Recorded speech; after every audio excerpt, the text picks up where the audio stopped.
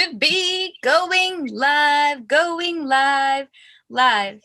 live, recording. All right, welcome to this week's Cosmic Conversation. I am Stacy Harder, along with my mother, Dr. Heather Harder. Broadcasting from downtown Crown Point, Indiana. Yes. Both of us. Yes, and Maper's already on. So welcome to this week's Cosmic Conversations. I just officially drove in to Mom's house. So I am broadcasting from a new little setup. So welcome. And I will hand it over to my mother. All right. Well, welcome to all those on our Zoom call and all those out in the ethers. We have our little protocol that we follow. We first want to start by asking for divine protection, divine guidance, and truth. It's always a habit that we need to live by right now because there's so much going on the planet. Everything is so stirred up. So always start everything. Start your day, start listening, start reading, anything you're doing, just always protection, guidance, and truth. Because I don't ever remember a time on this planet where there's so much misinformation, so much deception, so much convoluted information being shared. So just the big three always. The second thing we do, and how you do that, we get so hung up on the procedure and making sure the words are right and the sequence and how our hands are in the right direction. None of those are important. It's the intention coming from your heart. Just set the intention. You can ask the angels to protect you, to guide you, to ask to show you the truth, or you can ask Jesus or Buddha or whatever your belief system is. I was talking to one person about asking for that divine awareness because I don't believe in God. And I said, well, who do you believe in? She says, Ronald Reagan. I said, then ask Ronald Reagan. He can help you too. It doesn't matter because they're all one. We get so hung up on the differences, but as we know, as we move into the fifth dimension, we recognize that we're all one. So if Ronald Reagan makes you feel comfortable and protected, he's there for you. If it's the angels or the aliens or God or Allah or whatever your belief system is, it doesn't matter because we are all one. And affirm that in any way that feels right to you. Whether it's the infinite intelligence, whether it's the divine awareness, whether it's the all that is. I mean, we have a zillion names, a zillion terms, a zillion awarenesses, but it's all one. And we are part of that oneness, as is everybody else. So stop focusing on the separation and just remember that we are all one. You got that? We're all one. Second thing we do is a little light work. We do our visualization where we actually use the light. We're here as light workers, and light is that magic fabric that keeps us all together, that provides that oneness that we are so much here to anchor in. And so when we play with the light, it's really with our imagination, but as Einstein said, imagination is everything. It's more powerful than knowledge. And so as we use our imagination to create, just remember that it's a very powerful force that you are a part of and have access to. The higher you raise your vibration, the easier it is to use and to do. And so when Jesus turned water into wine or walked on the water, it was his imagination, because we create in that imagination, in the image of the process. Yes, my Stacy? Oh, do you mind just moving the microphone a splash over towards your ear? Or towards your mouth? Get over here a splash toward my ear. I can do anything. Okay. I certainly can add it to my splashy ear. Thank you. Well, I'm sorry, getting the microphone closer to your mouth. I don't know what I actually said. Doesn't matter. I knew what you meant. Okay, is that better? Okay, I'm better now. Good, better, best. Never let it rest till your good is better and your better is best. So by the time we're done, Stacy, I want you to tell me that I'm at my best, okay? Mom, Yeah. you are at your best. Okay. Perfect. Thank you. Exactly. Thank you. Exactly as you are. Thank you. And Stacy provides many backup functions on the call. She's reading and texting and bringing in all the information from Instagram and YouTube, and so there are people watching it live out in the ethers, and so she's sharing their questions and their thoughts, because unlike Stacy, I can only maintain one focus at a time. So I just let her do all that, but she'll jump in and share if you have questions or comments that you would like to share with us. And if you're watching live, wherever you're joining, if you'd like to join us live on Zoom, feel free. We do this every Thursday at the same time. And it is 4 p.m. Pacific, 6 p.m. Central, 7 p.m. Eastern. And we are on Zoom at 428-733-218. Again, that's 428-733-218. Feel free to join us live on Zoom. In case there's ever a disconnection, we will always be on Zoom. Thanks. Yeah, we've already been kicked off the Facebook platform. And on Sunday nights at 6 p.m. Central Time, we also do a cosmic conversation about politics. So if you're hankering to hear another perspective of what's going on politically, please join us on our Zoom call. And the Zoom for that call is 831-755-38434. And you'll see if you can see the image, you see my website is www.heatherharder.com. And then if you want to email, it's heather@heatherharder.com. And you can send me your comments or questions, or if you need numbers or whatever. If you go to my website, you can also sign up for my email list, in which you will be notified when things are going on. Probably. I'm looking for someone to be able to do that for me on a regular basis. Okay. Before we start Yes, also, if you're listening, we have a workshop this upcoming Tuesday. It's a $22 masterclass, and it is all about energy. What's that? My computer. I wish it wouldn't. It just talks sometimes. It just does that. So okay. All right. So go ahead. Tuesday, we're talking about reading and energy. Everything I do is through your energy. So when I pull information, it's through your Akashic records, which is written in your energy.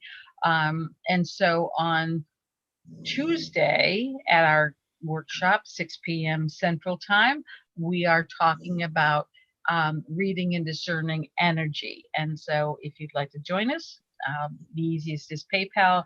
PayPal is my email address, heather@heatherharder.com. And if you ever want to send me money, feel free to do that. I love money. And so with that, and then I also am going to be doing one in the future on remote viewing. I've gotten several requests for remote viewing. So if people would like to take that class, and if there's anything else that you would like to know, then just email me and we can add that to our list. These conversations, we hit on a lot of topics, but the workshops are 2-hour focused content on empowering you with skills, not just dusting of information about it, but we actually do exercises and whatever's necessary to empower you to do it should you wish to, should you have the confidence to, because again, it's based on your belief system. If you think you can do it, you can. If you don't think you can't do it, you don't. So anything else, Stacy, you want to share? Anybody have anything going on this week they want to comment on? Josie, what would you like to add? Is Sunday, are you starting that one other class? Sunday is the spiritual. No. Not this Sunday, but probably the next Sunday. It's because I've been trying to. We've been working together to figure out timing. So yes, Stacy, interested in doing the 4-week. It's like Spirit Sprinkles on Right. crack. But it's if you Mom does spirit sprinkles. I know she's giving me a look. I don't even need to look. I already know. But if you want to get in a 4-week mastery program with Heather, and it will be very focused, whether it's business, relationships, any kind of things, she's going to be zooming in and getting into all the messages from spirit or Kashik, whatever needs to be for that moment will come through.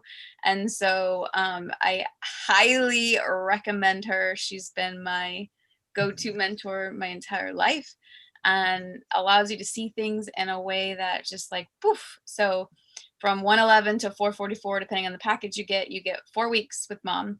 And if you do the upper package at 444, you get 4 privates, 20-30-minute privates a week with that, which is pretty amazing. So I highly recommend it. If you're interested, text me, message me, let me know what's the dates. We're kind of playing with dates. I suggested Sunday, noon Pacific, 2 p.m. Central, 3 p.m. Eastern, or Saturdays, or Mom has also mentioned, I think, Mondays. So kind of let us know, but I think Saturday or Sunday is a better time. I just wrapped up my 4-week mini course with my diving into your divinity with the feminine, and that was pretty fabulous. So yeah, love you. Thanks. So Josie, bug Yes. Stacy, and she'll give you the details. Okay. And Yeah, what, it from doesn't my- matter to me. And from my perspective, it's really intensive. Many people are going through lots and lots of things. And so it's recognizing what's holding you back, seizing what your strengths are and maximizing those. But it really is to you. It's a very small group of people who are really ready for the next step. And this will be a personalized, individualized. I don't have a set curriculum. It really will be just focusing on the people on in the coaching class and working on where they want to go. So one of the things you need to know is know where you want to go. And then my job is to help you get there very quickly. And I do my job very well. So Hey. be working on where you want to go, what you want to achieve, what you want to master. Yes, so 4 weeks. Do it. It's fabulous. Okay. And yes, Stacy, my light is on. Okay. Thanks.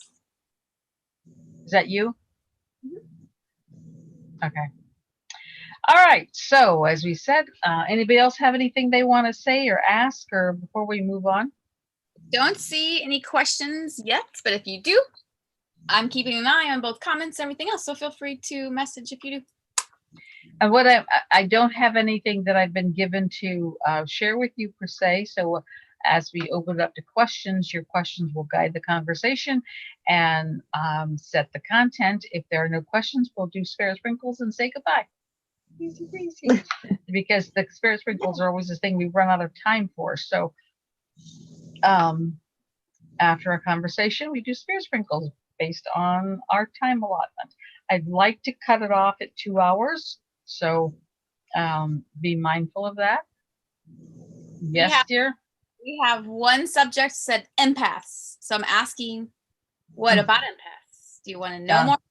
Do you how to serve? Like, what around empaths? Because that's a very broad. Having been a university professor for 30 years, let's ask for complete sentences so we know what they're talking about. Well, you just asked. So truth, that was the subject. So I was just asking if there's any more details. Yeah. What about impasses? Okay. I would say a lot of us spiritual workers are empaths. Absolutely. Yes. Empath. EMPATHS. Oh, I thought you like impasse, like I can't get around you. No. So, okay. Empaths. I'm like, it's a very broad subject. Okay. So, well, not only are they, we'll talk about it afterwards, but not only are we traditionally empaths, but as you increase your vibration, you become that much more sensitive. So you'll become, even if you weren't yesterday, you could be tomorrow. And so it's a good idea to just be aware of it, because some people feel like they're sort of losing their mind when they move into these skills. And so Stacy, write that down and remind us when we come back out of our light work that we'll talk about empaths. Okay. Yes. And then they put in the sensor, an overall understanding of sensory overload. Oh, and I love complete sentences. As a professor, it just makes me so happy. So thank them very much for those sentences. That's molito. Okay. Thank you. Josie? I would like to talk about light codes and getting activation with codes. Okay. Yeah. Stacy, would you write that down? What do you want? Write it down. The light codes and getting activation with light codes. Okay. Is this for All right. class? Or is this for tonight? This is for after this. Just to talk about, yeah, anytime. After we finish our light work. I'm missing our friend Esme, who always takes notes for us. Okay. I take notes. Somebody's got to do it. Tell me what to write down again. Light codes. Thanks. Perfect. Anybody else? Going once. Okay. And then I would like the one thing I think that's going on right now is that we're really, I feel, being tested on a whole nother level of like your true beliefs of, do you really believe in the divine plan? Do you really believe in trust? Do you really, I feel like we've gotten through one level of those lessons, and I feel like it's coming in at so much bigger and deeper levels that it's like literally I can feel like everything just. okay, write down. So we've got 3 wonderful conversations to have once we're done with our light work. But we do the most important first, which is our light work. And any way that you feel like you want to use or feel the need to use the light, please do so, because that's why we're here. Our true nature is light, is love. When we talk about the oneness, it is light, it is love. I'm told that light, love, and God or the divine all carry the same vibration. So whether you're sharing God's love or God's blessings or light, it doesn't matter. I just find that the term light is least controversial. We can all agree that it doesn't hurt just to send light and love. And what we do in that process is we raise the vibration, we illuminate the darkness, we neutralize the darkness. So literally, and we wouldn't envision light and dark fighting with each other. We just know the more we shine the light, the more the darkness has to fade into light. And that's really what we're doing spiritually on the planet. We are engaged in the most incredible adventure. I don't want to call it a battle or a war, but we are literally shining our light to neutralize, to send the darkness into oblivion. So we're just going to love it into nothingness. Someone called this the greatest war between good and evil, and certainly that's another term. But again, with the term war, conflict, or struggle, we see this battle, and the words we use define the reality. And we don't want the battle, we don't want the struggle, we just want the illumination. Easy breezy, lots and lots of love and light. So with that, we're just going to allow ourselves to be the light. We are the light. And in that light, we go to our place of connection. That's what I call your center, where that's your happy place. It can look like something in your imagination. It can look like nothing. And I close my eyes just to sort of focus the light and not be distracted by other images coming in. But there's nothing sacred about your eyes. You can keep your eyes open or closed, however you feel most comfortable. When you go to center, it is that place where you feel most aligned, most safe, most comfortable. It is the place of most connection with the divine. And so mine's a beach. I love beaches. So I go to my beach, and in my beach, I imagine this great pillar of light, and I just step into this light. The oneness of light that I am joins with the light of all that is. And this light goes up into the heavens, connecting us with all the divine energy of all the creations of every form that serve this planet and its greatness. And then we also, this pillar goes deep into the earth. We are here as light workers to connect heaven to earth. That happens through our willingness to carry the light, to be the light, to send light into the heavens and into the earth. So just take a minute and feel that unity.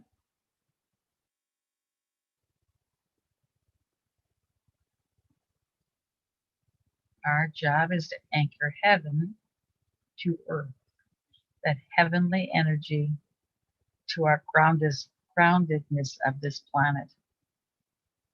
So just be at one with that force. And then imagine turning up the volume of that light so that your light grows bigger and bolder and brighter and expands. And all those in every form that's here to serve the light, to serve this planet, to serve this people, just join us in this oneness.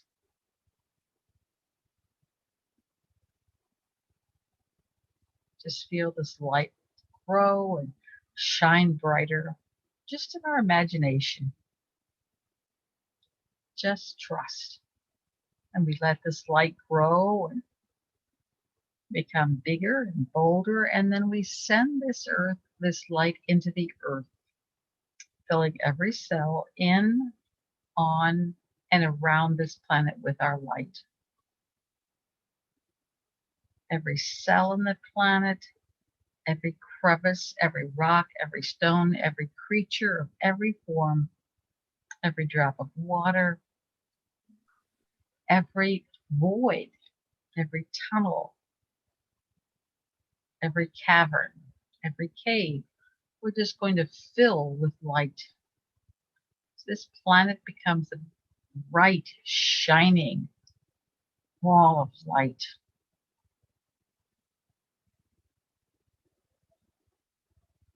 And then we amplify that light still, and we send it out into the atmosphere. The atmosphere is to this earth as our skin is to our body. It's exceedingly important. And we're just going to see this light grow and expand and travel around the planet, filling our atmosphere at every level with this love and with this light. And we amplify it still. And we send light and love into all the weather patterns. The weather patterns are how the earth balances her energy, nullifies what is causing imbalance. So we love our weather patterns and just see all around the planet the weather fronts just be filled with love. We know that on this planet we have those who don't want to see this earth transition to a place of divine love, to oneness and the recognition of oneness, what truly is fifth dimensional consciousness. And they want to interfere with it. So they want to mess with our atmosphere, mess with the planet, mess with the weather patterns, and they weaponize them and they manipulate them for their own agenda. And we're just going to love them, all those who are not here for the divine will, for divine good. We're just going to love them. Love is the answer to every problem on the planet. Every challenge, every obstacle, love is the answer. So just love them. Love every form. And then, of course, let's love all those who are here for the good of the planet, who are giving of themselves in all kinds of ways for the good of the planet and its people. So see that love and light that you are being sent to all those who are here to support you, to help you.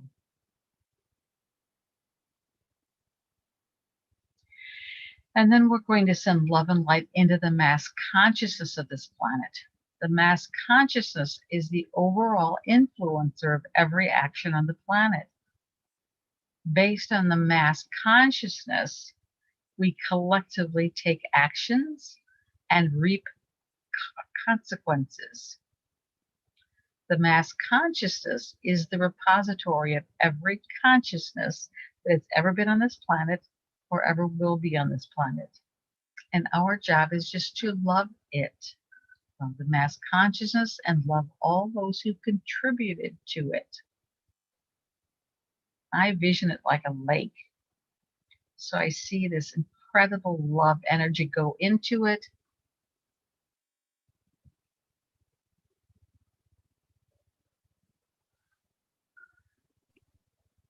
And the water become that much more exciting and sparkly and clear. Mass consciousness can look like anything you want. We're just making a difference. And then all the influencers on this planet, whether they're using their skills and their abilities to influence for the positive or for the negative, our job is just to love them.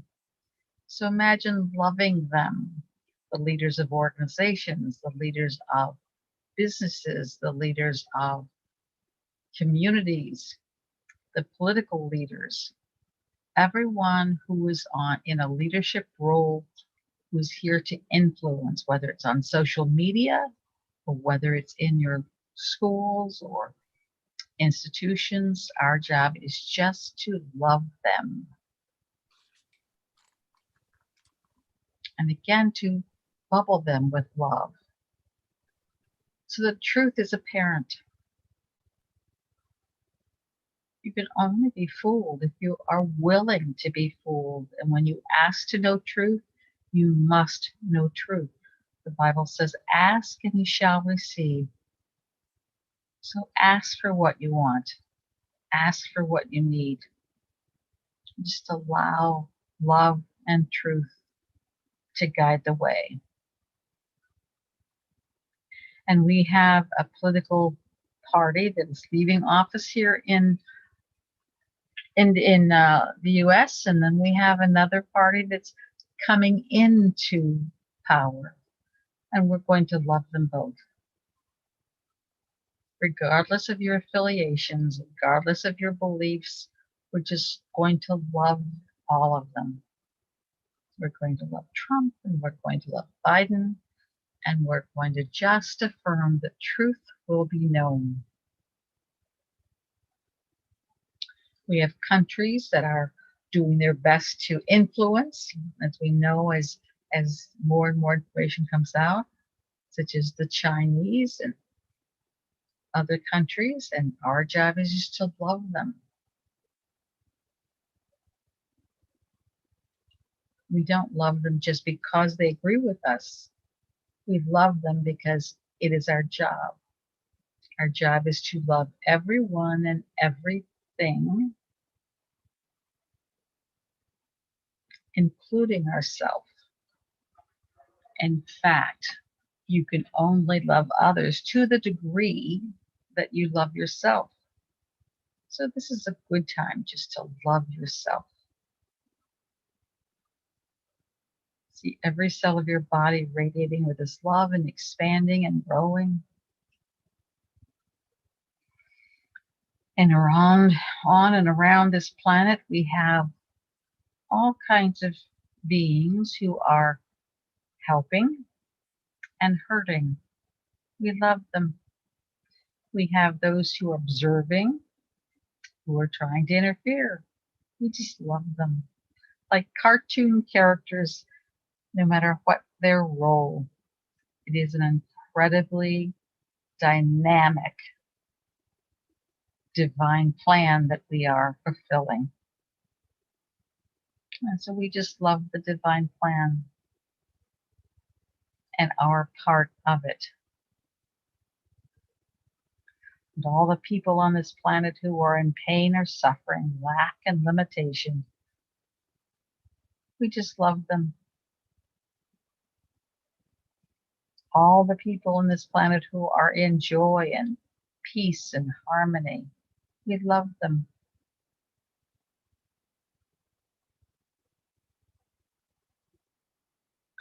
All the people who are online and all the people who are technologically challenged. We love them. All the different kinds of beings, the different races that are on this planet who are interfering or a part of this grand awakening. We love them. And if you will, just imagine that there is a very powerful spiritual alarm clock, and you're going to place one near everyone on the planet. And we're going to set the alarm so they awaken to truth. They hear the alarm and they awaken to truth.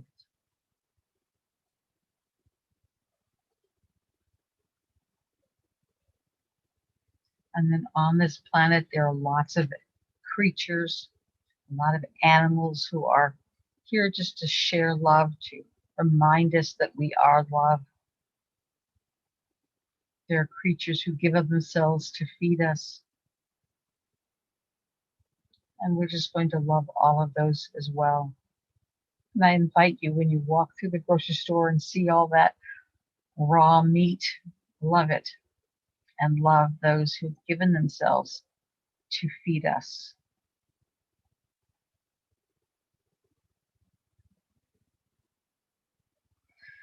And we give permission to the angels to use this love in any way that supports this planet, its evolution, and the people who reside here.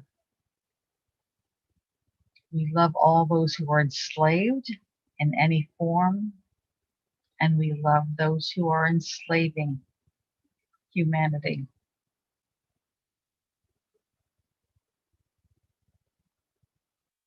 And all those who are part of human trafficking in any form, we love them. And again, just lessons so the truth is known. Lots and lots of uglies have to be exposed for this planet and its people to heal. Loving them is the fastest and easiest way for them to be exposed. Just love them. And if this week you were angry or you were upset or you were hurt, just take a minute to love yourself and those energies and experiences that you had so that you can neutralize the impact of the energy you created and turn them into pure love. We're all just learning how to be our best selves. So if you have a human day, just love it. Don't judge it. Don't beat yourself up. Just love it. And we thank all of our heavenly helpers who assist us in any and every way. And then we just open our consciousness to receive this love, because universal law says whatever you send out, you must receive. So just imagine opening your heart, your mind, your body to receive this love. Feel how it feels when you are one with this divine vibration. No magic, just reality. You are what you think, you are what you eat, you are what you do. And sitting here for these minutes and sending out love, you become love.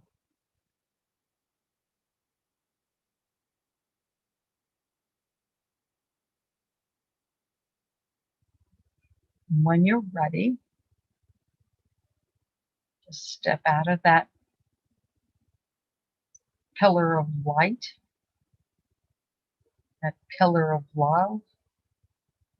Come back from the here and now come back to the here and now. And just feel how it feels. Don't rush. Just let yourself drift slowly and consciously back to the here and now.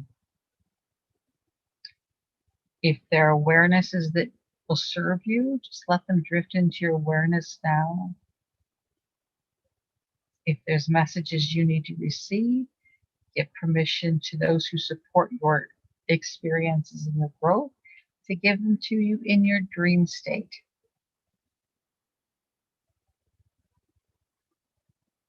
Just feel how it feels to come back to consciousness, come back to the here and now.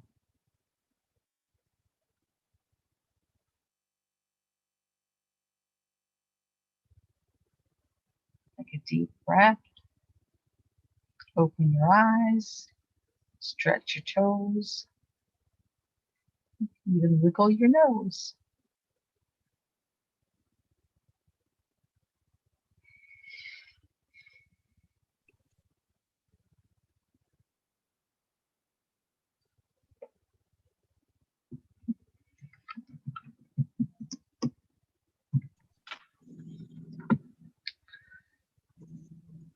Anybody have any thoughts or reactions? Notice how just tranquil you feel. This is the peace that passes human understanding. We did it with just our words, with our thoughts. You can do it whenever you want. And this is a glorious way to live. Not being bounced around, but being in that tranquil sea. As I said last week, there's a Tao story that we are both the ocean and we are the wave. And we can choose to be that wave that gets bounced around, or we can pull to the depths of who we are and be the ocean. It's all a choice. Any comments, Stacy, in the online group?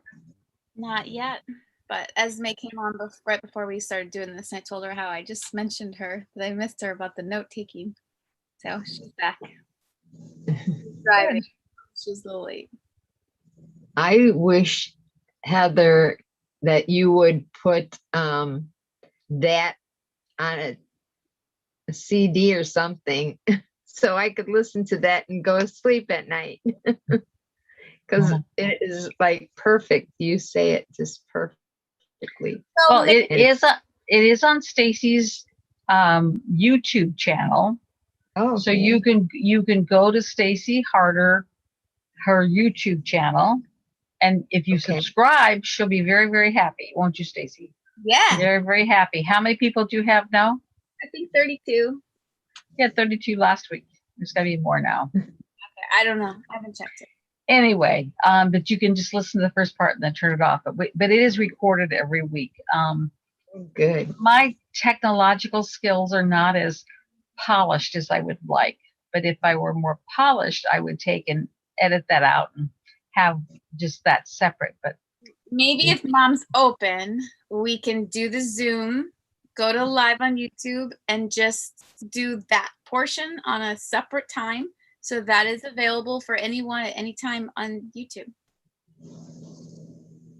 Sounds good. Okay, my new pledge to Stacy is that I do a count of 5 before I respond to anything she's saying, because she tends to volunteer me or say I'm doing things without knowing the whole picture. So I want to always go to the count of 5 so I respond to her. If I were to try and do this alone, it wouldn't be the same, Stacy, because it's the energy of the group that helps bring it, and spirit working through me that brings the message. If we're just doing it for a purpose of making something, it doesn't work the same. But we will see. I love that. So maybe there's a few of you that would like to volunteer, and I'll make a time around, and then we can do this together and do that just for that part. Okay. Thank you and by the way, that's a good practice for anyone who reacts a lot of times from certain people. A very good thing is take 3 deep breaths before you react, because usually if you're in anger or you're doing something, it'll help bring you down to a calmer state and be able to take it in. Well, it's not about anger or calming. It's about letting it have a time to process through your physical body. Because as we come from our physical structure, that's where truth is. Our mind is the trickster. So if we literally respond very quickly or react, that's usually the mental. We filter it through our body. All right, Stacy, what was the first topic that we were going to talk about? Empaths. I remember that. And it, Yeah. Can you read her complete sentence? I have to go back. Okay. An overall understanding of sensory overload. All right, it's only an overload if you define it as overload. You're just having to learn to process at another level. When we were in our old mind, we literally had one place of awareness at a time. But our mind was taking in lots more than we could comprehend. Under hypnosis, they could people who've been in these great ballrooms with hundreds of people, under hypnosis, they could recall and repeat every conversation that went on in the room, even though consciously they were only aware of the conversation that they were engaged in. Okay, so we know the mind takes in a lot of stuff, even though we're not aware of it. What happens in this dimensional shifting, and you can read about this in my book, what is it? What is Behind the dimensions of? Okay. It's Dimensions It's of the Great Awakening. No, it's dimensions and the awakening of divine consciousness, understanding the Earth's journey from third to fifth dimension. Okay, so as we move through these, The camera, because you were facing away. Say, what is it? I can't read it from. Okay, I'm not going to read it. Anyway, from my dimensions book, it's as we're shifting the vibration, we're shifting the dimensions, what's happening is that we're taking the restrictions off our mind. So we're becoming aware of all the things that we were already aware of, but just not conscious of. But pure consciousness is aware of everything. It's not overload unless you choose to define it as overload. You're just learning how to carry on multiple awarenesses simultaneously, some doing it better than others. On one of my trips to California with Stacy, we were driving across country, and she literally had 3 different GPS systems, 3 different navigators going simultaneously, all talking and sharing different directions, which literally was driving me crazy. And she was perfectly comfortable doing all 3 simultaneously and integrating in which one she was going to do and which one she wasn't. And so Stacy's mind is already much more able to take in diverse information simultaneously, which is why she can read the emails and read the questions and respond to them and do all these things while she's staying in this conversation. Whereas I have to be, more limited because that's what I've grown accustomed to all these years. I don't read the chats. I don't, read the online stuff. So Stacy plays that role for me. As we change the vibration, as we become more loving, higher frequency, and changing the dimensions, again, we're on a journey from third to fifth dimension. We're also increasing everything about us, which includes our sensitivity. Every cell of your body is both a sender and a receiver. And so, and part of the workshop on Tuesday is teaching you how to not only receive, because you're doing that automatically, but interpret and identify, read what you're getting, and sort of give you more controls over what you're getting. And that's the part that becomes challenging for some people, overload.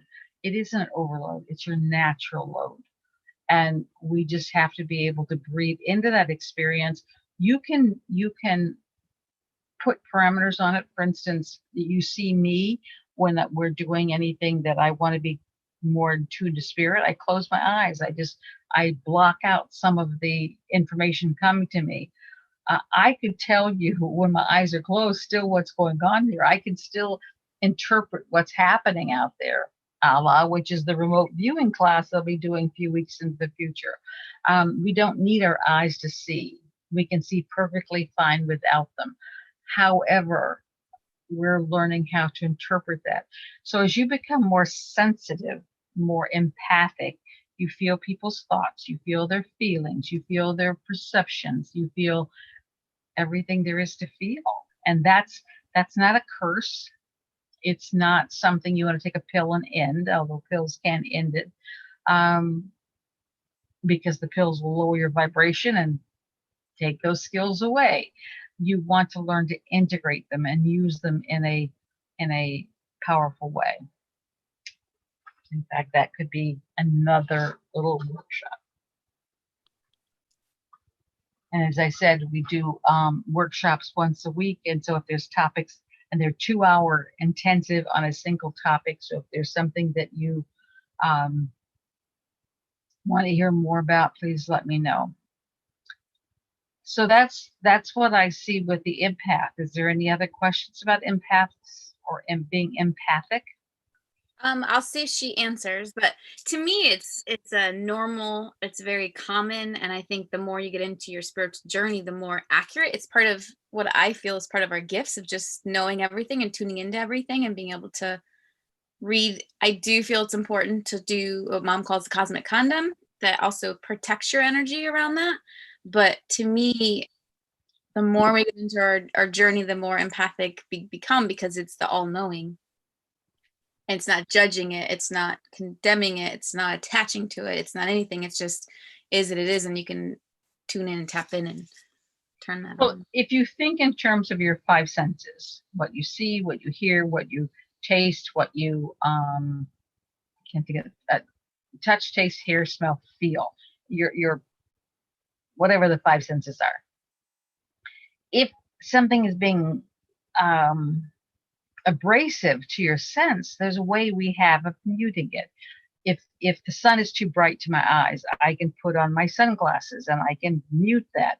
If the sounds are too loud, I can put in earplugs and mute that. If things are too, right now we're in 0-degree weather practically, so if it's too hard on my body, I can put layers of protection on so I don't feel it as clearly. We have ways of muting that in our 5 senses. We have the same ability when we're doing the empathic perception, learning how to, if something is abrasive and too much for you, you have the power to put on your earmuffs or to put on your cosmic condom, the light bubble.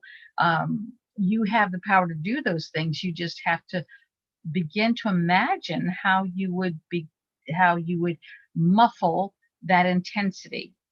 If you have, if you're picking up a lot of negative thoughts from people around you, change your group. If the people around you don't inspire you and encourage you and make you feel even more powerful, more positive, then look for another group. Nothing in this world says you have to hang with people who make you feel icky. So as physical moves into spiritual through our vibrational elevation, the physical senses move into the spiritual senses, the empathic ability to read minds, to read thoughts, to read energy, to just take in so much more. And it's a gift. If it's not pleasant for you, then you need to learn how to take control of the master switch. Nice. So any other comments or questions along that topic? Nope. Jen B just was, when she got on, I was telling her that we were talking about the empath. She's like, okay, good to know. So yeah. Well, first of all, before we go on, it's many of you have gone through that early awarenesses of the empathic perceptions.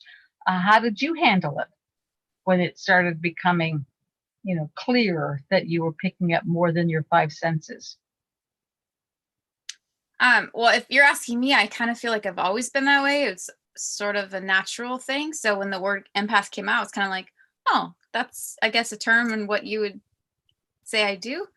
So I don't necessarily have the memory of like all of a sudden it started. I think it gets deeper and bigger, but I think it's interesting because you have to have honest people around you. Because when you talk about that, some people will be like, oh no. And it's like, it's a gift of mine. I already know, like, it's, you know what I mean? So sometimes it's interesting to see how people respond to what you say or do. But I think it also is about coming into, the more you trust it, the more you're like, oh yes, the larger it gets. So I think it's kind of a balancing act too, of coming in, trusting what you're getting, knowing it, and then it comes in easier, quicker. Yeah. Trusting is very important, and it's very important to everything. Yeah. Anybody? Trust and surrender. Didn't we do a class on that too? Yeah, What? we did a class on trusting and surrendering, and that's, I think, I still feel like that's such a huge theme since Egypt of last year. This time we were in Egypt. I think we might have actually been in the pyramid on this day. But anyways, it's such a huge thing. And I don't know if any of you can feel that, of learning how to trust and trust in the universe, knowing this or something better. Moving, I feel like this last few weeks have been like everything you thought was there is like, oh, what if we just move that? What if we just take that away? Like, do you really want to trust? Do you really want to believe? Do you really believe the universe has your back? Do you really, so I feel that's coming in full circle in so many ways. So, ready? Esme says, in the book, Many Were Called, Few Were Chosen, I read. Great book. Good book. Yeah, it's so sweet. And she put the pictures of the book on her stories too. It was cute. As one becomes more in tune with the higher frequencies, which is always attuned to the God source frequency, less sleep is required. Why? The sleep. Okay. And then I'll finish the question. Why is sleep less required? I'm working on being more spiritual, yet my body requires normal sleep for me. Trust your body. There's not a one size fits all. Trust your body. If your body needs normal sleep or more sleep or less sleep, trust your body. What happens in our dream state, and I'm doing my best to bring in some analogies that make it make sense. Let's say you are on a team at work, and this project that you guys are working on, you have to meet with the project manager weekly to make sure everybody's doing what they're supposed to do and everything's proceeding. We would say that's normal. We have to meet with our project manager in order to stay in the loop, make sure everything's going the way it's supposed to, make sure that there's no problems. If you're in the Army, you meet with your commanders. If you're, whatever you're doing, you always meet with your team leaders in order to work out the details. Well, as I've said many times, we're here as spiritual worker bees. We're here to help with this transformation of the planet. We are not alone. We are never alone.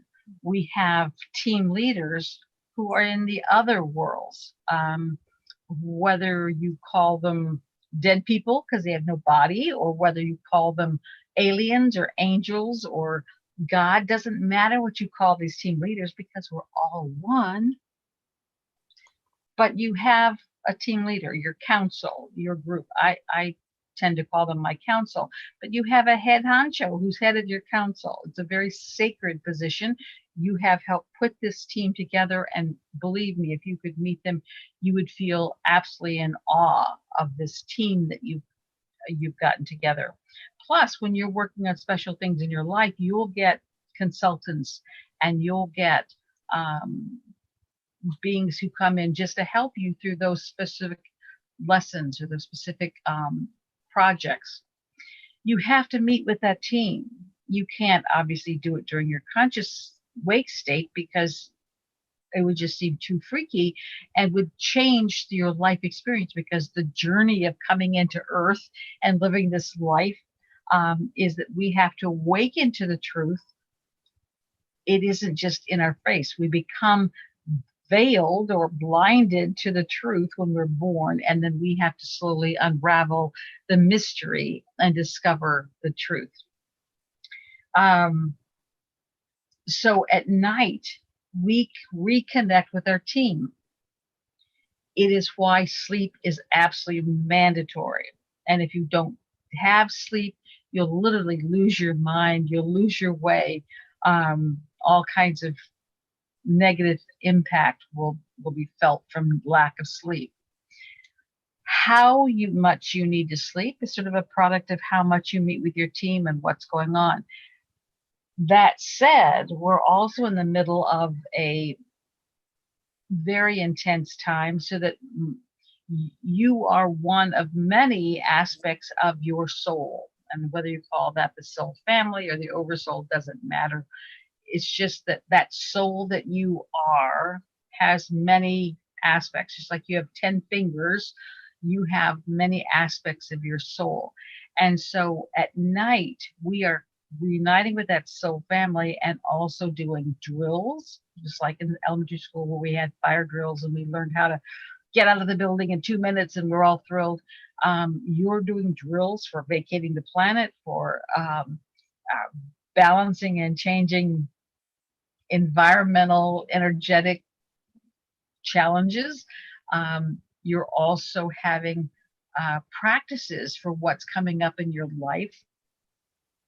If you've ever gone through an emergency and you know exactly what to do and do it without hesitation, you wonder, what made me do that? It's because you practice it. You've gone through it. That deja vu is often things that you have gone through in your dream state to get you ready for your awake state. As I said, you've got many, many, many forces wanting you to be successful and helping you become successful. So the dream time is absolutely crucial for the spiritual reconnection and the preparation of whatever you're going through or will go through. From a physical stance, they think that the dream time is when your glial cells, which are like the little cushion cells between your neurons, they keep everything from touching. The glial cells, they think, and they said if the brain was so simple that we would know how it works, we'd be so simple we couldn't. And so best they know right now is the glial cells feed the neurons, and they do that when you're asleep. So you need it from a physical standpoint, but you also need it from a spiritual standpoint. That sleep time was extremely important and was introduced to humanity in order to give them a time to reset. When you go to bed at night, leave all your crap behind you. When you wake up, you only bring into that day that which you think about, that which you talk about, that which you choose to bring in. So if you can remember to start every day fresh, letting everything, when you go to bed at night, bless it, let it go, give great gratitude for whatever's gone on, and then literally leave it behind, and then wake up in the morning all new, all exciting, all open, and don't think about the problems, the challenges, the other things. Just be in the moment, and you'll find that your life changes dramatically. Anybody else want to add anything? I'll add, I feel, and at least in the past and now, I actually enjoy getting a lot of sleep. And I also feel a lot of times I'll process a lot of energy at night. And I also know I'll wake up super sore or waking up exhausted. I think right now is a really special time. And so I think a lot of people are in their dream state doing quote unquote work in the ethers or astral, another dimension, that we are really asking to step up on so many levels. And so I 100,000% say yes to your comment of trust your body, and it's all perfect, because right now is also a very special timing in the planetary. But I like to also add intentions while you sleep.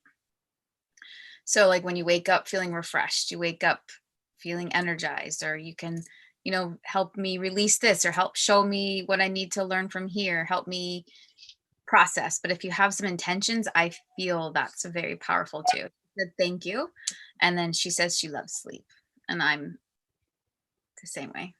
Well, you need to be mindful that because sleep can also be an avoidance. If I don't want to do something, I can go to sleep. If you're experiencing a lot of depression, sleeping is a way of avoiding light.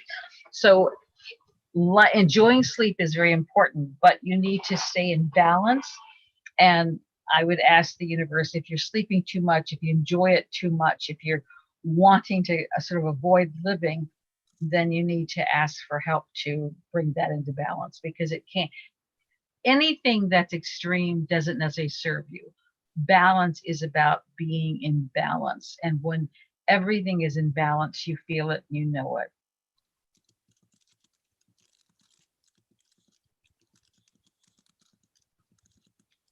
All right, what was our next topic?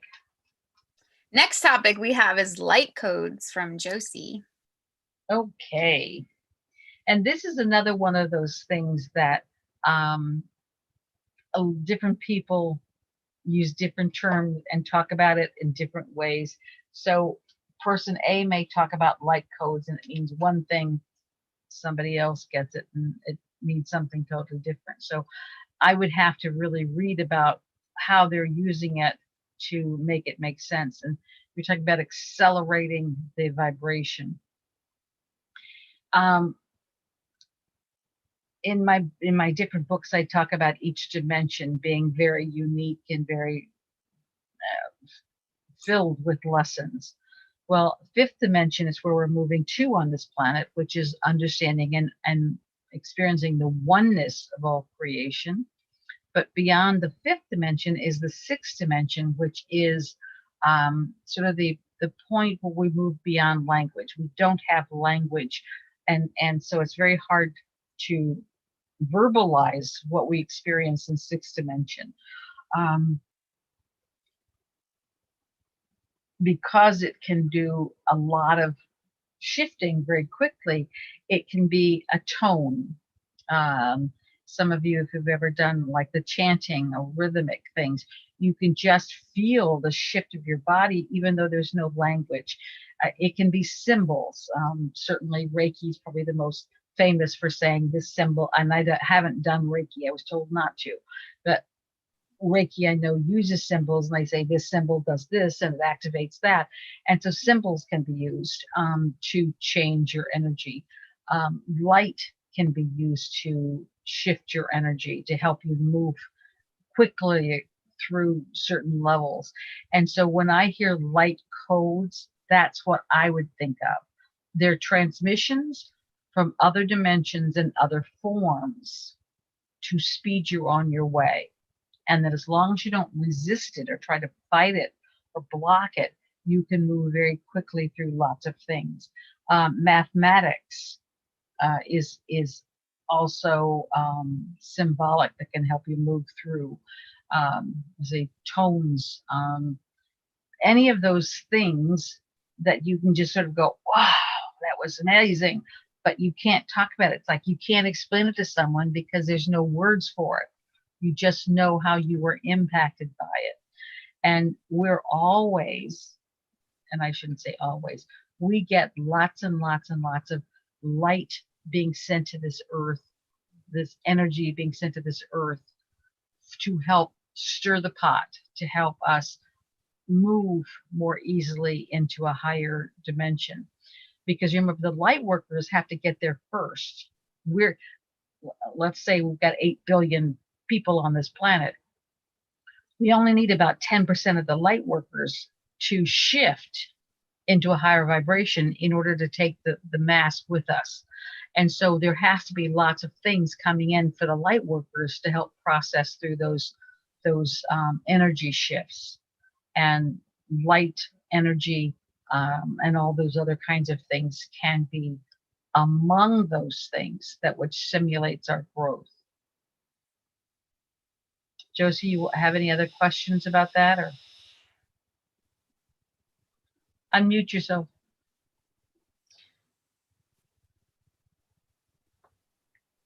Well, because I hear people say, oh, I got to download today. And it's like, okay, what does that mean? And I think this person was talking about getting codes, and they said that they get the codes and then other people that are meant to get the same codes will get them from them. I don't know. It was a little All right. confusing. First of all, there was a saying that my mother quoted often my entire life, which I love. And I will give this with love because I don't know who you're talking about. I don't know what you're talking about. So I'm just going to share. But one of her favorite quotes, and she had lots of them, was that people say everything but their prayers. Just as there are people who want to brag and show you how powerful they are in the physical, you have those same players in the spiritual. Just because they're saying it doesn't mean it's true. And you need to stay in discernment for that. It is my truth that indeed I plugged in early, was my job. I've shared things that help other people, but there's not one thing I've said or done that somebody else couldn't have equal access to. Not everybody listens, but God is not an elitist where only the few chosen are given the information. It's like the information is broadcast, and those who have the ambition to act on it get it out. And those who go, oh, I don't really trust this, I don't really know what I should do, and they drag ass and don't get it out. So I think there are those who are more receptive at getting messages and getting it out, but I don't believe that anybody is chosen to get messages to give to other people. We're here to influence, just like on social media. There are people who are influencers who are active takers, and they get other people to take action. It's not that other people could do it equally as well should they have been motivated or seen. Now, when you're talking about downloading, I call those mind dumps. And in the workshop, the interdimensional communication, that I teach people how to open up to receive a mind dump. And they're kind of hard to explain in that we're kind of used to language coming in drips. We got word 1, word 2, word 3, and then our sentence. And so language is a linear sequential process. When you get mind dumps, it's just like everything, this awareness comes into your mind instantly. And it may take you 10 minutes to explain what just happened in a second. And so it's not a linear model for knowing. It's not even in language necessarily. It just comes in a whole. The image I use is like a scarf. The scarf comes in, and if you had to take the threads apart, you'd have to, take it apart, and it would take you a while to do that. But it just comes in a whole. A mind dump is a conscious knowing that doesn't depend on language. Well, and I think that's a good point too, because language is a little different. So download to me might be download to something different. And I think downloads can look like too, it's just a knowing, it's a visual, it's seeing and then figuring out, okay, energetically, how do I process this to put it into words? So I would say everybody gets little messages. And so to me, a download is just like, oh, it's like something's coming in. It's like an extra information or knowledge or like a new thought, something. I think it could be broad. And I would add to that, everybody has the potential to get downloads, but not everybody gets them because not everybody's receptive.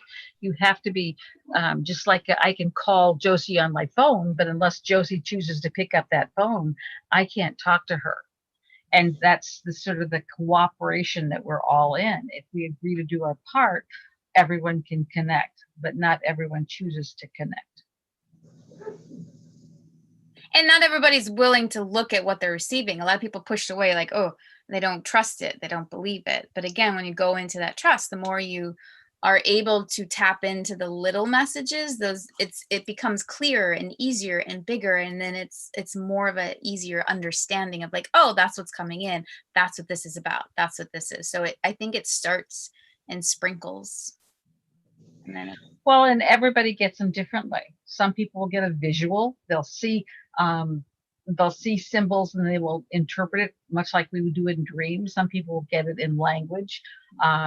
Some people will get it in auditory things. They can come in so many different forms, and so you have to just be willing to open to. In fact, I've been doing these interdimensional communication workshops for decades and have taught thousands and thousands of people how to do it, and everybody does it differently.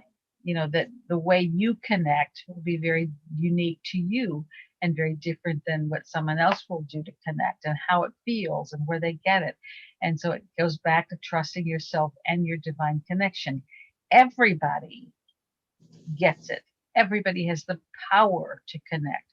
You cannot be alive without it on this planet, but not everybody uses that to its highest good. Okay, so you have 2 questions from Laura on YouTube. Hi. And she said, I heard and I believe that when I meet with deceased family members in my dreams, I'm actually communicating with them. And what does Heather think about that? It's like, yeah. Heather thinks that's absolutely correct. Many times when people, especially when they first die, and people are all mourning and, oh, how awful they've left. Well, the person who died is graduated. They're finished with all this shit and they're happy. But then they're drawn to your thoughts and feelings. And so how do I come back and reassure them that everything is fine, that I'm fine? Well, you come back in the dream state and say, everything's cool, let it go. My father has visited me many times in my dream state, but he never says anything. He just looks at me. He just smiles. My dad wasn't a big talker in life. And so he's just letting me know that it's there. And sometimes he's like carrying my suitcases and doing things to help me, which was, sort of dad's model. And it just reassures me that he's there helping me in spirit form. But I don't need to, worry about where he is or what's going on, because it's who he is. So yes, absolutely. Those who want to reassure us or connect with us or give us a message will often come in the dream state, because that's safer. We don't get scared in the dream state. Whereas if someone appears in real life, in our wake state, it's kind of spooky. My mother, in fact, was very psychic, although she hated her psychic abilities and did everything she could to stamp it out. But when her mother died, she was just absolutely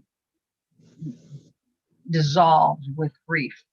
And she would lay on the couch and just cry all day. And so her mother appeared in the living room during the day when mom was awake and said, Annie, you promised me you wouldn't do this. You promised me you wouldn't do this. And mom got up off the couch to walk toward her, and then she disappeared. So that you can get these experiences in your wake state, but much more frequently they're in your dream state. And know that every word you speak, they will hear. You may not hear them back, but every word you speak, every thought you think. And when you're being miserable because they're dead, you're literally spoiling their vacation. So quit it. 3 comments that just came in around that thing. So the first one is Esme. Her mom tends to call her deceased grandma for help when she loses things, and weirdly, she finds them in minutes. Good thing. Laura on YouTube said mom was happy last night in her dream with a smiley face and a heart.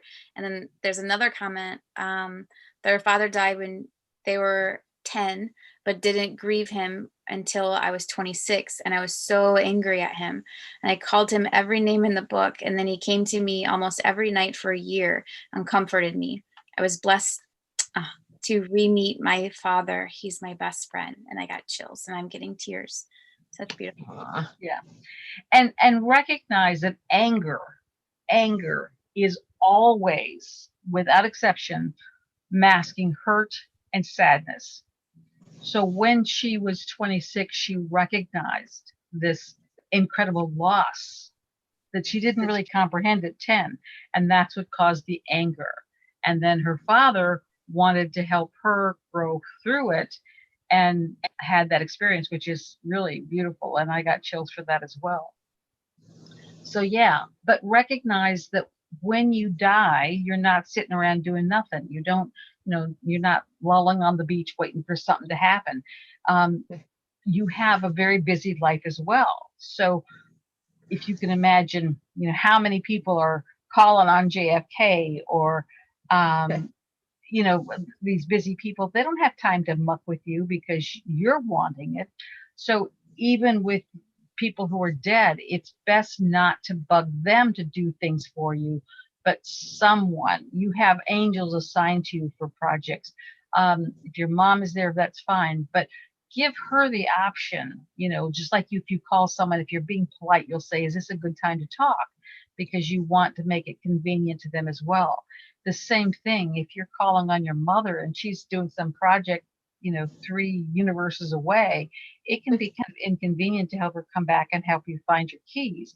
She may do it to show you how much she loves you, but it may not be fair to her life experiences. So always, mom or somebody for my mom. My mother has been dead for many years now, and I've never talked to her. It's so when I even though I wrote about her in the book, I asked to talk to her or to someone about her. So I get mom's updates through other sources because that's the polite thing to do. They're not sitting around doing nothing. And then the other comment was also about how, and this is from Laura on YouTube, about meeting and hanging out in dreams with people that we don't know personally, like seeing in our dreams politicians or celebrities. Well, there's 2 schools of thought on that. And so I will share both because I think there's truth in both. One is that everyone in your dream is an aspect of you. And there are different kinds of dreams. So again, it may be meeting your mother or your father because they died, and that's fine. But when you're having these symbolic dreams and stuff, and you're having all these people, that they're all reflecting some aspect of yourself. And so that's a great place to explore the meaning. And I do believe that every dream has a message, a lesson for you. And it is important to explore what that lesson could be. I do recommend you keep a dream journal, write down the stuff. And then what does it mean to you? What does a corn cob mean to you? What does a garden snake mean to you? The books will say what the book says it means, but it could be different to you. So do play with that. But then also, we can be being prepared for the next step of our journey. If you're meeting with a lot of important people, a lot of significant people in your dreams, it could be that your dream is preparing you to move into a more important circle of influence, a more, for instance, if you're beginning in politics and you're meeting with all these political leaders who are very famous, it could be getting you ready to step into a bigger arena with more confidence, with more knowledge.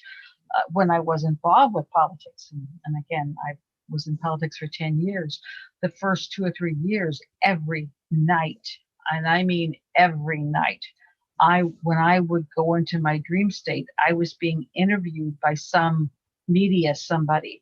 I'd be asked about every ugly part of my life, every bad thing I've ever done, everything I did not want to make public. I would have a reporter with a microphone in my face saying, what about this? And what about this? And until I could just deal with it with humor.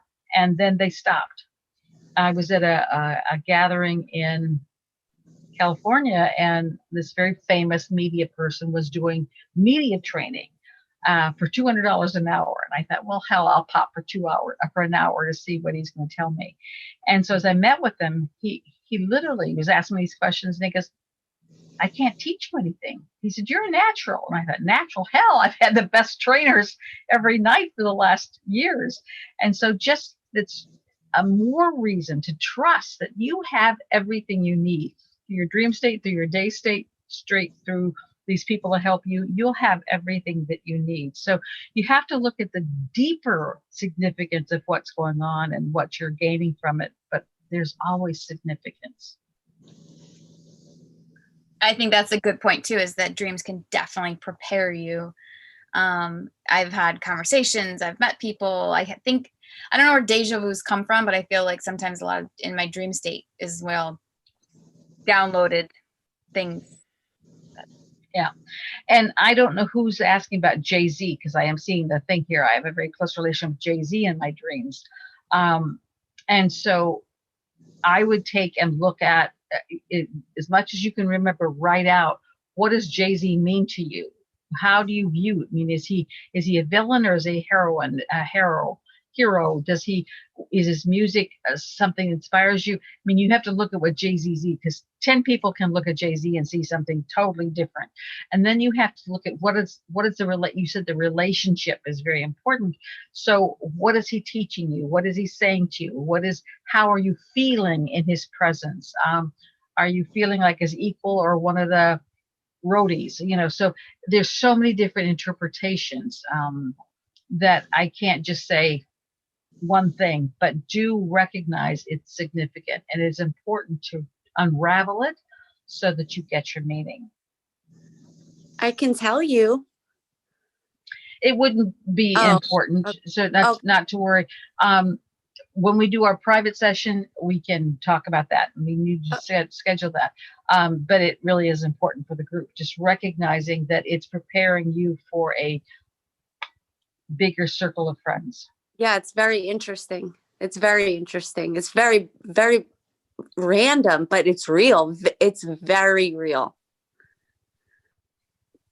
And it's very possible that you and JC have been friends in other lifetimes, and that his energy is stimulating you to remember something that you had or did or would or whatever. So, I mean, the world is such a wonderfully complicated place. There's not a simple answer. This always means this. You just have to trust. And Josie has her hand raised too. Okay. Okay. Do you believe in the way that some people believe that we've written our story, our whole life here before we came here? We chose people and situations and all that. It was all written. All right. On this planet, we have a thing called improv. Chicago has Second City. It's famous for its improv. They prepare. They put their troupe. Who's going to be on a thing, and then they have a way of getting topics and ideas and from the audience. And if you've ever seen true improv, it's kind of amazing the way they do it. And then they go with it. Let's see what happens. And so then they put together these skits and these comedy situations based on all these different factors. So you see, and then they've spent a lot of time learning how to do improv. There's a skill. And one of the parts that I really love about improv is you are good at improv when you recognize your job is to make your other teammates look good. Improv isn't about making you look good.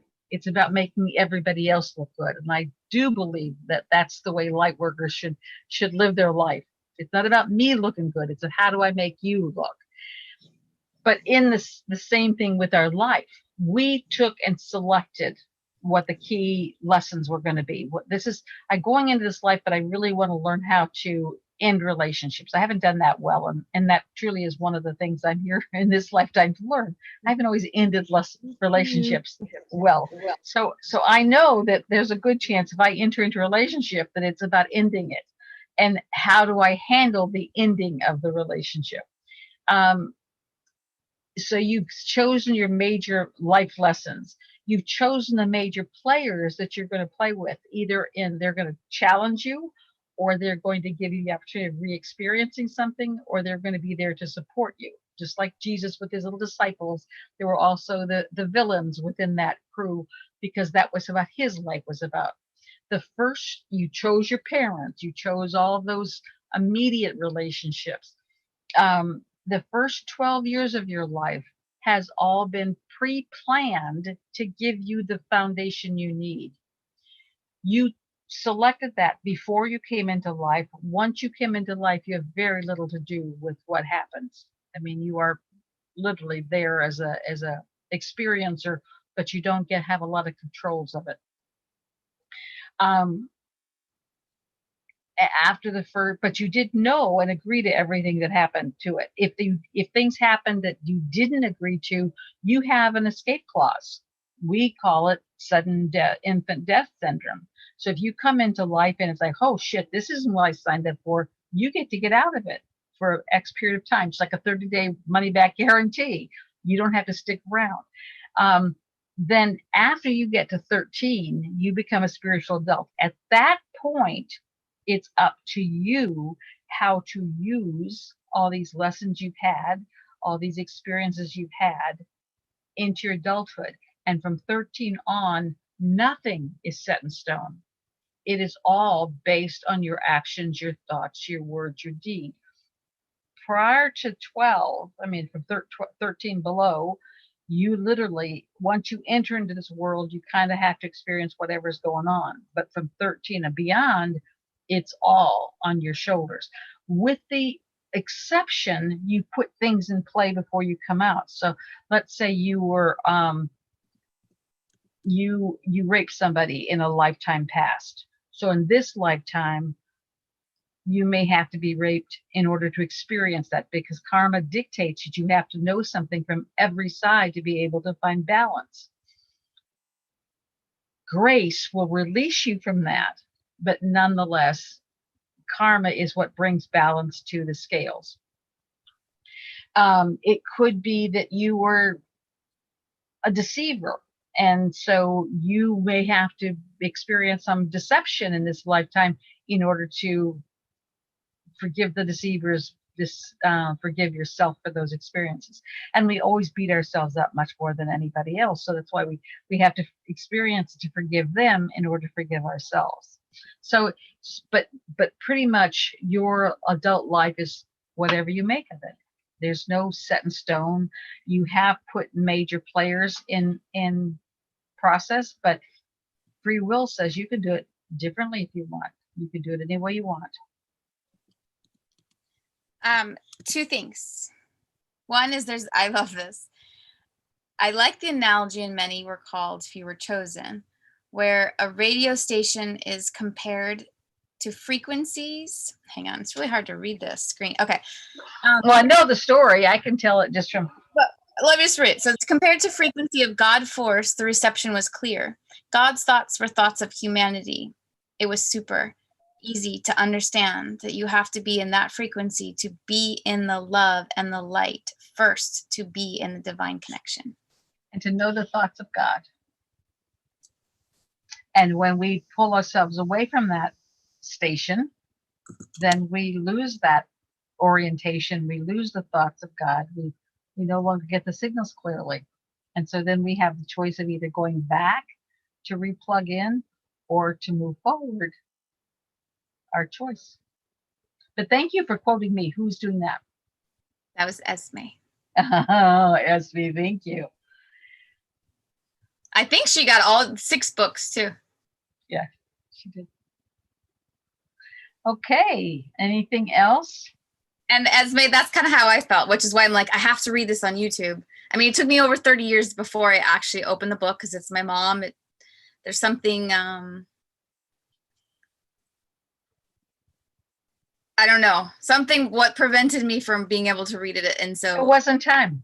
Yeah, it was perfect timing when I did read it. And I definitely cried. And that's when actually Christina out of New Jersey, she and I were on a conversation, and I think it led me to read the first chapter. I don't know. And then it was like, I have to read this on YouTube. So that's why I started reading on YouTube. It's from our conversation that we had. So she's only read 2 chapters so far.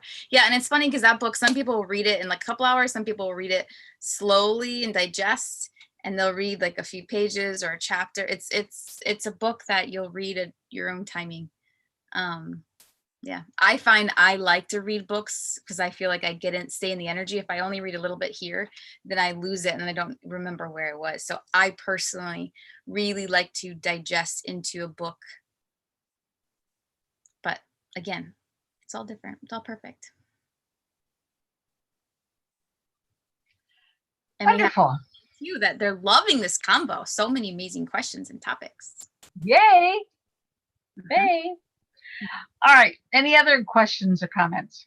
The other question was just kind of thing I think that right now is like we're being tested in so many levels that it's like a new, deeper, like every step we're taking is like, are you really ready to handle the next level? Are you really ready to? Yeah. And it's not a trick process, but you have to be ready to accept the responsibility and the influence and the skill set. If you literally can destroy everything with your thoughts or build anything with your thoughts and you don't have control over your thoughts, you're a danger to self and others. So you have to be able to develop the skills in order to be able to acquire the gifts. And it's not that they're only given to a few, it's who's ready to accept the responsibility for them, who's ready to do what needs to be done in order to use them responsibly. I've in many experiences, I've gone back and experienced some of the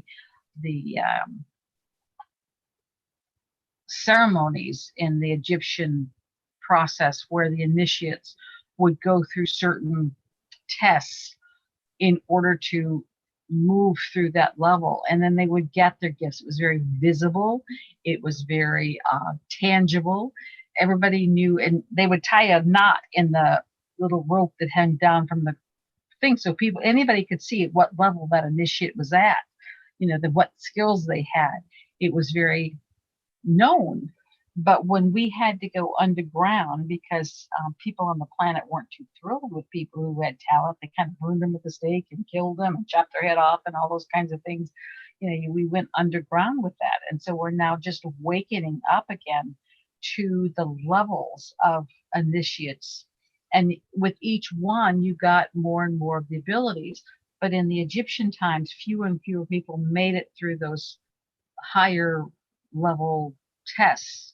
And so eventually the knowledge just died out. There was nobody to pass it on anymore. So it was put into hiding until humanity was ready.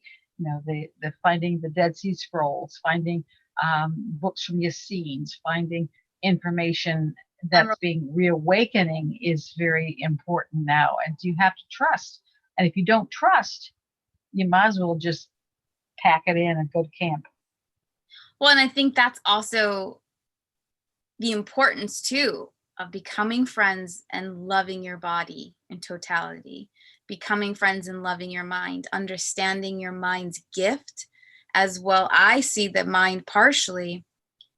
I mean, in some way, I think there is definitely this warrior protective of that. When you go into that divine, the ultimate, it's like you can only go when you're really ready. When you become friends, I don't want to say master the mind, mind mastery, whatever the words would be, but when you understand what the mind's job is, become friends with it, not shut it up, not kill it, but become one. It's everything about us is perfect. We shouldn't, in my opinion, in my truth, we shouldn't hate or deny anything within us. It's about loving and understanding. And once you understand the role of the protection of the brain and the mind, it's like, wow, how absolutely intelligent is our brain, even around trauma, when we repress memories. Like there's so much magic that happens. The more you can learn to love, understand, and how to work in harmony together, then it's like that warriors of the golden gates. That's like, okay, you're now ready to step into your true divinity. You're stepping into that fullness of who you are. But it's those steps. And it's like, I think what like we're going through right now is like Super Mario Brothers. You got the end, you got the start, and you got the end, and there's level 1. And once you get to level 1, then it becomes a little bit more challenging, a little bit more intricate. You got level 2 and then level 3. The end game is the same, but each level gets thicker and deeper or harder. And I think that's where our life is. And once we're really ready for that top level, it's a gift and it's beautiful, but it's so important to understand. I agree with everything you said. I would use a different analogy because to me, the fighting and warrior mindset is exactly what we're coming away from. We fight the opposition, and it's not about opposition. I see it more like many times you see, like here at the Chicago Art Museum, they have two big lion statues that guard the museum. So when you go in, you go in between these two big lions. Well, that our mind has been that protector, those lions that are there to help us. I've also been watching the Netflix series on Merlin, and those knights who would give their life to take care of the king, but they had to prove themselves before they were knighted. And so they would go through drills and practices and skills and all kinds of things in order to get ready for the next level of experience. And it was only when they got to that point of readiness, they became a knight, and then they could do the king's bidding. And that's sort of what we're doing. We're doing God's bidding. We're doing the work that needs to be done to help a planet move from third dimension to fifth dimension. Third dimension is physicality, and it's good and bad and right and wrong. It's duality. It's me versus them. It's survival of the fittest. It's the mindset that says everybody's got to look out after their own. And we're on that amazing journey from head, third dimension, to heart, fifth dimension, which is recognizing that I'm not in competition with Josie, that we can both be successful and gifted, that it's not about me being better or different. It's just me living to my full potential. And Stacy and I are not in competition, and Mayfer and I are not in competition, but we're really together and harmonizing. And the more I can assist all of you to work in harmony with your body, mind, and spirit, and with the people that you're in the world with, the more I am doing my job and living more in harmony with the world that I've been placed in the middle of. And the more I can do my king's job, which is what we came to do. And yet we have been programmed and made to believe that we're just human. Well, what can one person do? After all, you're just human. And that's the biggest crippler that exists. You're so much more.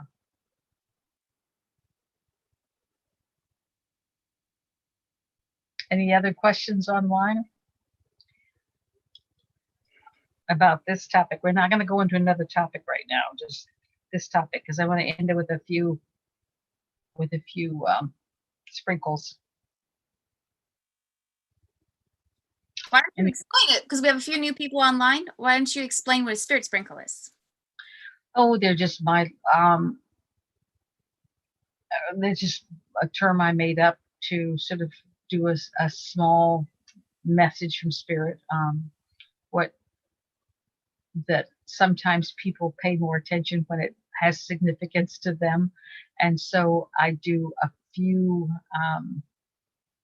personal messages just to sort of help people, and also deliver messages that spirit wants you to get.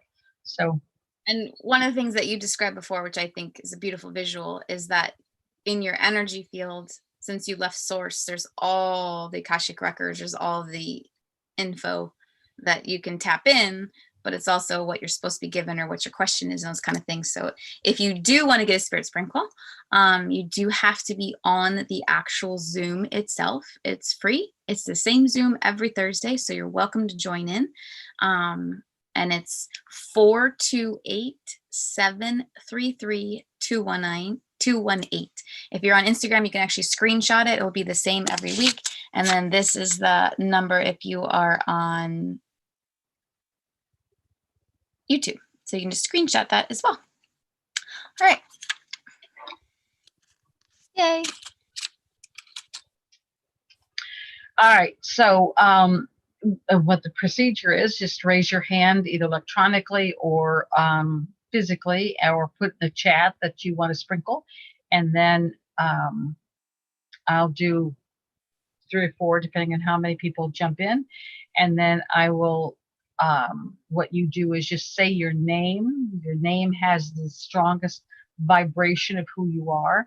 And so literally I tap into your energy of your name, and I follow it back. And as Stacy said, that's all the information's there. So you have to ask a question to narrow it. If you don't have a question, don't get a sprinkle, because if we had a private session, we could spend hours going through all the stuff, but we don't have that. So you want to come in and very quickly share something that has meaning to you and then move on. So with that, any hands? Yeah, the first one is Mayfer. I love Okay. auto tuned it to, I said Mayfer is first and it said makers first. It's funny. So Mayfer, Okay. you're gonna unmute yourself. And mom always has you start with saying your name so she can tap into your energy. And then when she taps in, then you can ask your question. And it just takes a few minutes, but between people, I have to clear the old energy out and get in. So, okay, Mayfer, go ahead Hi. and say your name. Maria Fernanda. Okay, I'm curious to know why did I choose my parents? Why did you shift your friends? Now, why did she choose her parents? In order to do that, I would have to tap into the parent, your energy of your mother, and then the energy of your father, and then look at the what comes between you. And I don't have the time here to do that. I mean, I choose not to spend the time. I can do it if I want to be here till midnight, but I don't. We can do that in a private session sometime if you want. But there was a reason, and sometimes the reason is not what you think. So if you want to ask another question, you can, or I can go ahead and explain that a bit. No, I don't have another question right now. Okay. So ask your question. No, I don't have another Oh, question. you don't have a question. Well, then I'll share with Stacy, because when I first started doing communication, it was one of the first questions I asked is why did Stacy choose me? Why did Carrie choose me? And Stacy chose me as a parent because I wouldn't get in her way. I had let her do what she wanted to do in her own way. I wouldn't try to stop her. And so again, that's oftentimes what we have reasons beyond reasons. My second daughter, my older daughter, Carrie, it was a karmic connection, a karmic debt that I had to pay, because in a lifetime, she was a very powerful spiritual being. She is an amazing spiritual presence now. But I was a judge in the time of Inquisition, and I sentenced her to death. So in this lifetime, I have my parental responsibility is to keep her alive. She's very prone to suicide until she moves into her full power. That in many lifetimes she's chosen to sort of opt out. So this lifetime I wouldn't take on her issues, but I would keep her anchored until she came into her full power. So we choose parents for all kinds of different reasons in all kinds of different ways. And I assure you there is a reason, but it would take a while to connect and dig the energy of, and you don't have that here. So And things too that I love that you put in the beginning of the book is that your parents taught you diversity and not afraid to stick your neck out. But what you didn't always tell them is, you want to say that? Because you're not getting it anywhere close to the reality. No. In my many recall, like in the acknowledgement, I thank my parents for teaching me to stand tall in the face of adversity, not diversity, adversity. And what I didn't say is they were the one that gave it all to me. They loved me. They were very loving people. They loved that I was a college professor. They loved that I was, educated to some degree. But when I started talking to dead people, it was like, oh my God, you can't do this. What will the neighbors think? And so they really just did everything they could to slow me down. I had to stand in my own power at that point, and that was challenging. Nobody likes to be persecuted or ridiculed, and when it's your parents that are doing it or in your family, God, my sisters and brothers as well, it can be quite challenging. But by learning how to do it with them, the people that love you the most, then who do you care about? Some stranger on the street or someone down the road. So it was an important lesson for me, but Well, and there's a reason. That totally. And Mayfer, I would go and journal. What did they teach you? What did you learn from that? Because a lot of times, if you have a challenging situation where you didn't like them, you didn't get along, then maybe you did that on purpose so you wouldn't take on their behaviors, right? Because when you really like someone, you're around someone all the time, you kind of take on their stuff. And so you never know, maybe you took a parent who wasn't around so you could be more independent. Maybe you took on a parent, you know what I mean? So there's lots of things I would go through you and like ask, like, what were my deep lessons? What were the core wounds? And then what did I learn from that? And a lot of times, and especially in this lifetime, I'd say 99.9% of the people grew up in dysfunctional families. And we did that in order to be able to help other people who've grown up in dysfunctional families how to become healthy. So, you know, And you could, I love that too. You've talked about mom, that a lot of single families, like single moms raising sons, because we needed to redefine the masculine. We needed to get back to balance. And so there's always a reason for everything. And I just think that's always a cool thing too. Is like, oh yeah, like okay. Well, let's move on to the next question. Thank you for the conversation, Mayfer. Thank you. the second stirred sprinkle is Josie, who has her hand up. Okay. Isn't she just getting fancy? All right. Yeah, I didn't think I'd be that quick. Like next. So my name is Josie, and I'm thinking of a question, and I'm trying to hurry for you. Okay. I'm sorry, but okay. Can you tell me something that would, or can you tell me when I'm going to have a breakthrough? Did you hear how you're just muffling around because you didn't have your question ready? Don't raise your hand if you don't have a question. Please have the question ready because that speeds up things. And right. so what you're asking me to do, and can I tell you when you're going to have a breakthrough? As I said earlier on, your that's future, true. your adulthood is whatever you make it. You could have a Okay. breakthrough tomorrow. You can have a breakthrough in a month or in 10 years based on your actions, your words, your deeds. We can only at best look at probable futures. You Okay. cannot, your future is not set in stone because you haven't thought it yet. You are creating your thoughts. You're creating your future with every thought, action, deed that you have.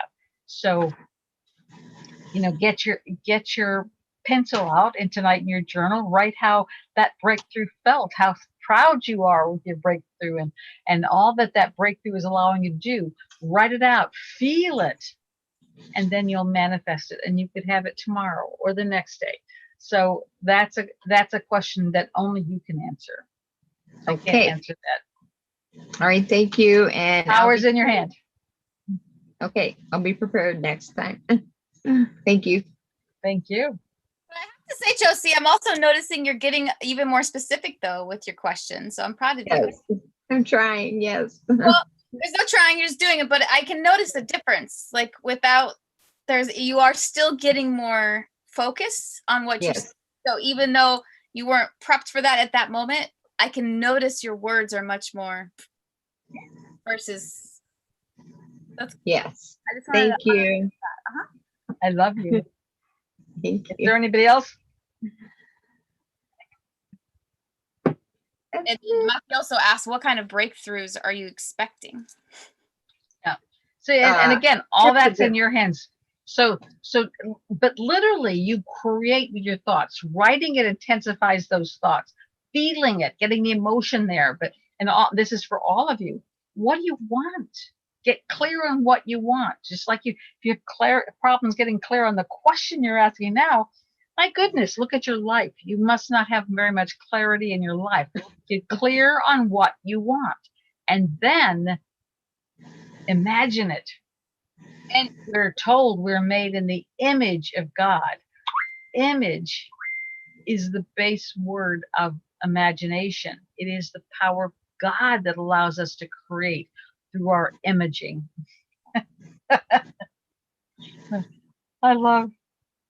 And you know what?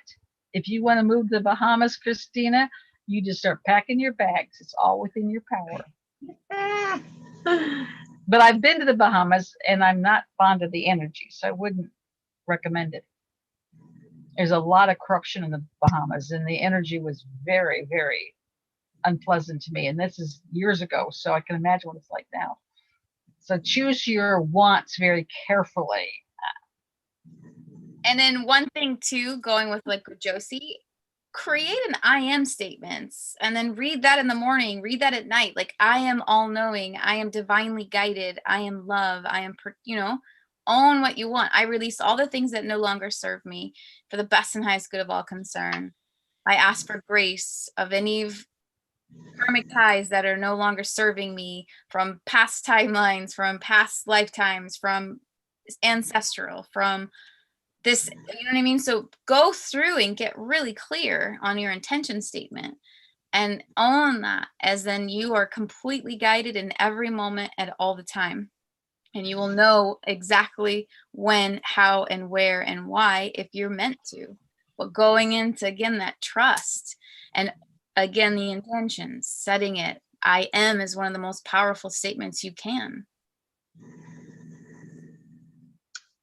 Thank you. I have been doing the cleaning out of clutter and trying to get more organized. So I do take your advice very seriously. Good. And I am pushing forward on my path and growth, and it's just That's taking all I- longer than I expected. Well, you But may it's a- have a long time to go, so just trust I in the know. divine plan. And when I get clear in my life, it's not like a specific this or that or there. I want to fulfill my divine destiny. That's my clarity. I want to do what I came to do with dignity and grace. So when you're imagining your whatever you want to create, it doesn't have to be a greenhouse with 2 boats and a car and that kind of stuff. It can be whatever. And if you're reading Christina's comments, she wants to move now to besides Greece, Barbados, which was the happiest place she'd ever felt. It may not be Barbados or the Bahamas, but it may be to somewhere where that happiest feeling that she's ever felt is manifest again. Because she's not the same person that went to Barbados. What made her happy then may or may not be in reality now. So you don't have to have a specific, I want to move to, for instance, a lot of people want to go to Sedona. To go to the place where you can live your greatest life and live your enjoy.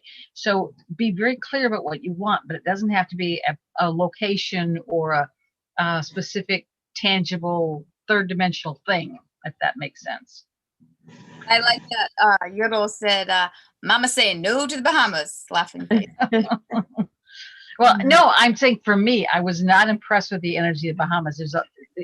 And it was even before I knew about all the corruption but it was just a creepy, slimy energy. I mean, not that it wasn't pretty and beaches and whatnot, but it just, part of the downside of the sensitivity is you really feel. Now in the Bali, it was very much the energy of the future. It's where we're going. It's a very different energy. So yeah. But again, it's not necessarily the location, but that way of being that you want to capture. Bali was just amazing, where they just, I don't feel like working today, so they just didn't open their shops. And if they were tired or made the money they wanted by 11, they would just shut them down and stuff.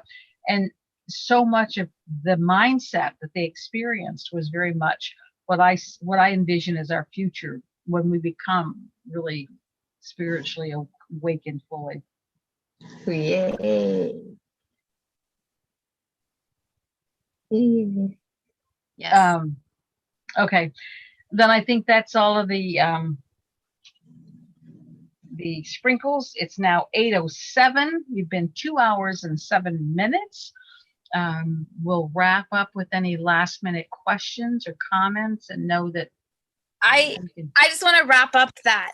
Again, two things. One, if you're interested in the workshop, the masterclass is going to be, you want to explain what the masterclass is and energy for Tuesday?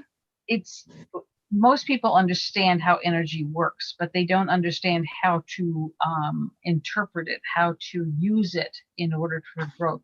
So this class will be teaching you how to perceive it more accurately, and then to interpret it so that you can use it to build in your life. It's really about integrating the energy in a way that empowers you and understands. What I did here is just feeling the energy and interpreting the energy. And so that's literally what we're going to be doing on Tuesday. And then in weeks following that, we'll be doing a class on remote viewing. March 2nd is my birthday. I'm going to have that's a Tuesday. And then we're going to have a live in my home kind of gathering for those people who live in the area. Because I think it's a nice time to start anew, and I want to be tangible and touch people. And I think it's Christina still saying that people say it's unacceptable. Again, if no one has told you before, what other people say is their business. Don't, unless you choose to buy into it, listen to your heart. Don't listen to what other people say. As my mother would say, people say everything but their prayers. So be it. And then upcoming classes. And then we're doing the 4-week coaching, mentoring thing, where it's really about helping you move to wherever you want to move to in a very personal way. So if you want to have those private experiences with me and Stacy, because she does the technology, then please feel free to let me know. You can pay through PayPal. We don't have the fancy dancy landing pages and buttons and all those things. If you want to do it, fine. If you have questions, you're welcome to send them to me at heather@heatherharder.com. And so we can go from there. And then and feel free to go to Stacy Harder on YouTube, like and subscribe. Please, we want to get her to 100. So just get all your friends over there to subscribe to Stacy Harder's YouTube. On it, you'll find information from Stacy as well as me. Yes. And you also have a free audio version of my book that Stacy read. Many were called. But we really want her to get into 100. Let's get a three-digit number. Can you help me by next week? You can rewatch them. I like YouTube because I can speed up. Like Mom said, my brain is different. I have a hard time listening to a replay at regular speed. It's like my brain is like, this is not fast enough. So I need to listen to it much faster. So for me, I really enjoy the YouTube because I can watch it 1.5 or 1.75. And it's like my brain is happier then. I'm like, okay, good. Take it in. So, yes. But it's about dynamic flow. Okay, anything else? Any other comments, questions, anything from our extended audience? There was one thing that said, I feel it is about the locations as well. There are some locations that energetically feel okay, but I wouldn't be caught dead living there. It's laughing face, and that's mafioso. And he speeds them up as well. I was like, yeah, that's and then I like highlighting books. I love books. My mom is a reading specialist, if you know her educational background as well. And I had a vision issue as a child where my eyes would take too long to focus, going up and down from the page. Anytime my eyes move from chalkboard to my notes, whatever. And so reading for me was always really challenging. And my brain would kind of go somewhere else and I have to reread the same sentence like 5 times to know what I just read. So I feel like I've come a long ways and moving through that. And in my adult years, just learning to love and surrender to that. And now I love the pages. I love the physical books. I mean, there's 2 there, but I brought a bunch of stuff too, because I love physical books. Yes. I like underlining. Can you move your screen a little bit? Just show the wall of my books. Because Stacy's in the downstairs room. Yes, I'm at my So- Every room of my house has a wall of books. I have lots and lots of books. Yeah. Which necessarily isn't a healthy thing. It's just what I do. And this one's next to me, the Louise Hay, her book. That's her first book, I believe. It's fun. I was looking at a few. I'm like, oh wow, that's cool. That I have that book. I have that. It's fun. Okay. Anyway, it's now closing time. So I literally wish you great love and great peace. This is an exciting time on the planet. You are helping more than you ever can imagine. And so stay open to the role that you're doing. It won't seem like you're doing anything, but if you can stay in peace and love and joy, you're making the biggest difference that is possible to make on this planet. So with that, I love you, Stacy. I know. That's I'm called distraction. Edgar We Cayce. don't want to distract people. I didn't know he had a book on Atlantis. We want to stay focused on put the book away. Stay here and now. Stacy also has a lovely experience with her ADHD. She gets distracted very easy, as many light workers do, because we were designed not to take in the world that we lived in. It was sort of to bounce off us so we could really focus on a greater reality. And so if you also get distracted by the shiny things of your life, just know that's part of the grand journey, and trust yourself, because we're all on this amazing journey. So love and light. Love and light. And as you said, I chose you as a parent to let me do my own thing. So I still do my own thing. Even But this isn't your own thing. This is my thing. I love you, Mom. All I right. know. Thank You you. get love- to, for you joining. get to do your own thing when you're doing your own thing. We love you all. Thank you. You are never alone in this planet.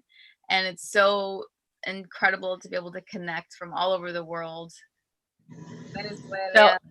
Tell your friends and family every Thursday, spirituality, every Sunday, politics and spirituality. And those are always really fun conversations as well. All right. So, and then on Tuesdays, I've been having the classes. So if you want to join me in the class or have a topic that you would like to see me offer, please do so. Tell me what you'd like to see coming up. And Sundays is our spirituality meets politics, where we kind of get into juicy conversations. And I believe we're going to be talking to Ashtar this Sunday, or the Ashtar Command. Possibly. No promises, hon.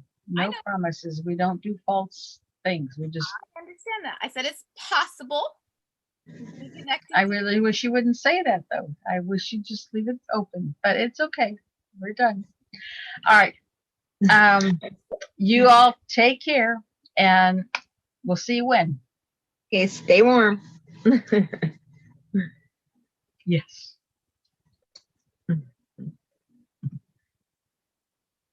And don't forget, if you have an email address and I don't have it, please feel free to send it to me so we can put you on our list. And to Christina's comments, I was just going to say, well, we're the lucky ones.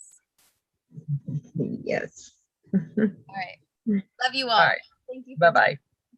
Can't wait to see you in person. joining.